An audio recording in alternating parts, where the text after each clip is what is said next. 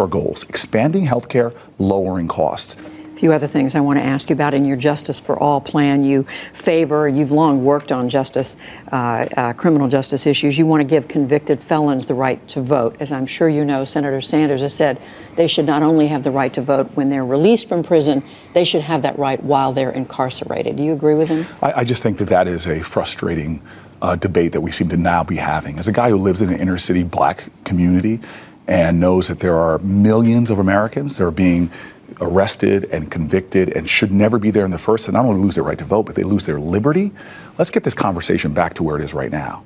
Our prison population in this country has gone up 500% since 1980 alone. We locked up more people for marijuana in 2017 than all the violent crimes combined.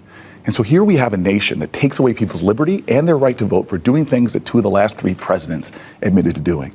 So if Bernie Sanders wants to get involved in the conversation about whether Dylann Roof and the marathon bomber should have the right to vote, my focus is liberating black and brown people and low-income people from prison, because we have a system in America, as Brian Stevenson says, it treats you better if you're rich and guilty than if you're poor and innocent.